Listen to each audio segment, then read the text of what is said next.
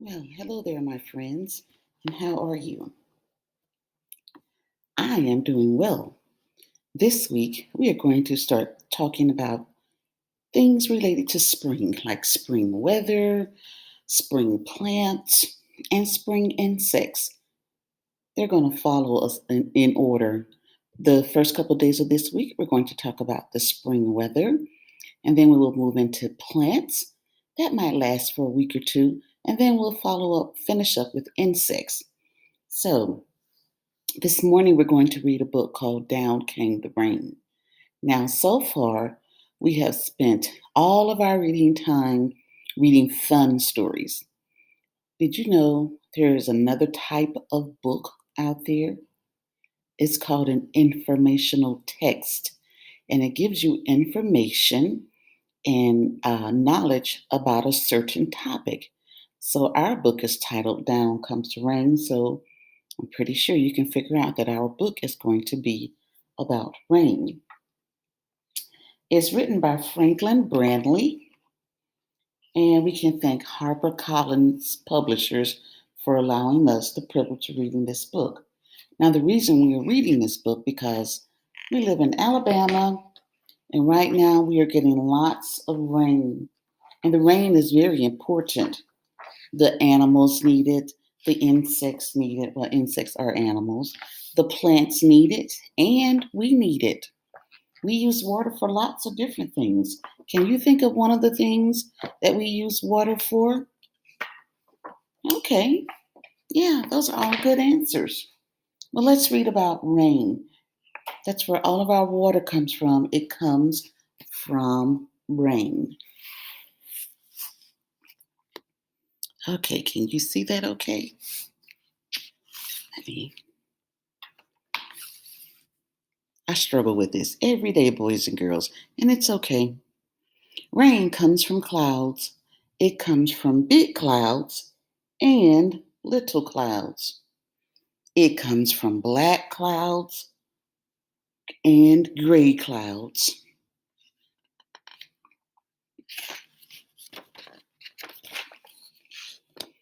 All clouds, big and little ones, gray ones and white ones, are made of billions of tiny drops of water. The drops are called droplets because they are so small. If this is the size of a drop of water, a droplet would be just a tiny speck, even smaller than this one.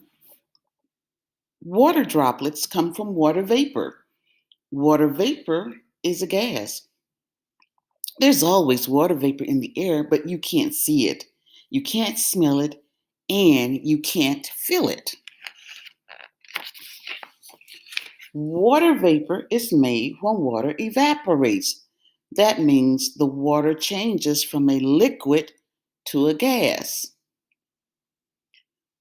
When wet clothes hang on the clothesline, the water in them evaporates. The heat from the sun changes the water drops and droplets into water vapor. Just like that, the heat from the stove changes water in the kettle to water vapor. If you heat it long enough, all the water boils away. The water vapor goes into the air. And here's a little science experiment you can do. In the morning, put a teaspoon of water in a saucer or small plate. By that night, it may have evaporated into the air. And if it doesn't, just give it a little bit more time. Most of the water vapor in the air comes from lakes, rivers, and oceans. It comes from the leaves of plants and from the wet ground. Heat from the sun causes the water to evaporate. The water changes from a liquid to a gas, and the water vapor goes up into the air.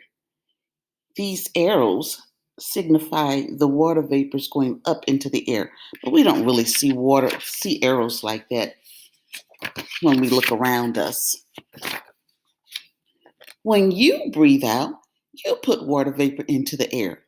Usually, you cannot see the vapor, but it is there.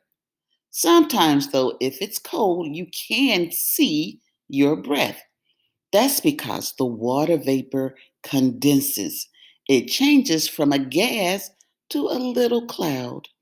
Did you know you can make a little cloud? When cows, horses, dogs, and cats breathe out, they put water vapor into the air too. On a cold day, the water vapor changes to droplets and makes little clouds that you can see.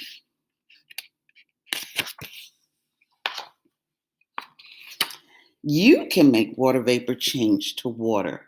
Here's another experiment. Put a lot of ice into a glass. As the glass gets colder, the outside of the glass gets wet. Water vapor in the air is condensing on the glass. There's so much condensation that the glass trips. Sometimes the glass stays dry though. That means there's not much water vapor in the air.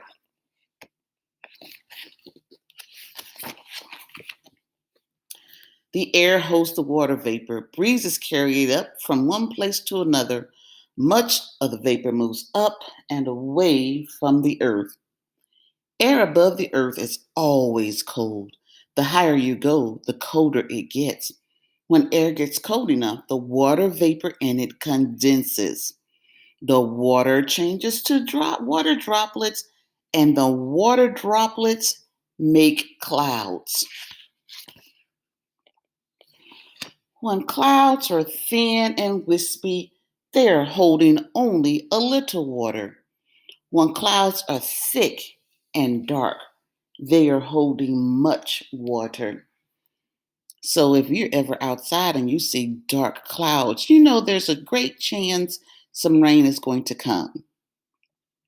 A single droplet is so small you cannot see it, but you can see a cloud. That's because there are millions and millions and millions of water droplets in a cloud. Inside the clouds, droplets join together to make drops. When clouds can no longer hold them, the drops fall to earth.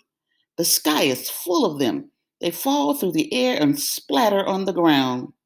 They are raindrops. Sometimes there are only a few small raindrops that fall slowly. It is called drizzling. Sometimes there are lots of big drops that fall very fast. Now it is pouring. Sometimes the drops in the air freeze. These raindrops become ice drops. This can happen even on a hot summer day. Some clouds may be higher than most airplanes ever go.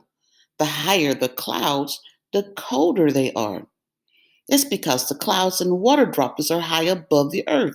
Many clouds are so high that it is freezing cold.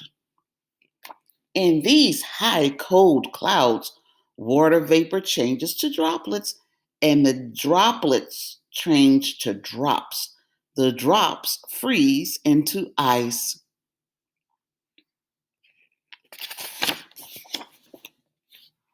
As they are carried upward, more water collects on the tiny bits of ice.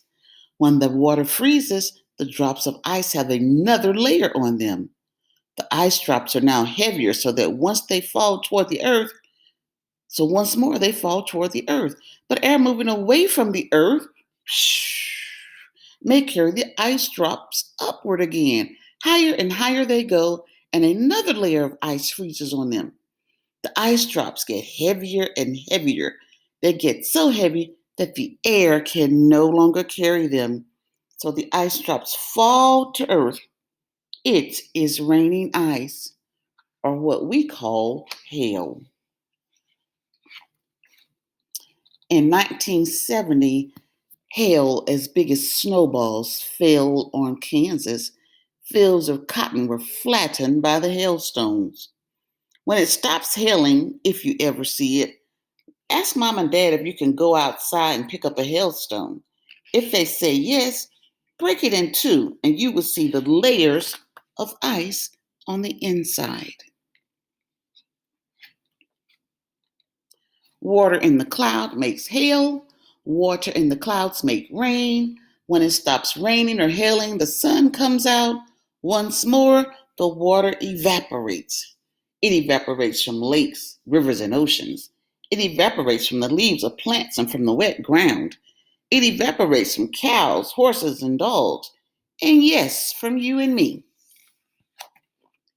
The water changes to water vapor, is carried up and away from the earth where the air is cold or even freezing.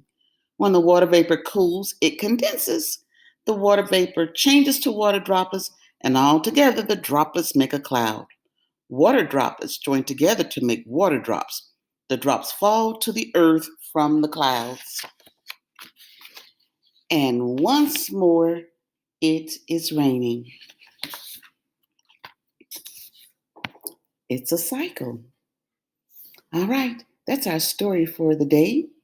Um, I've got another one. It's a fun story about a storm that we will read for tomorrow. And it's called Storm is Coming.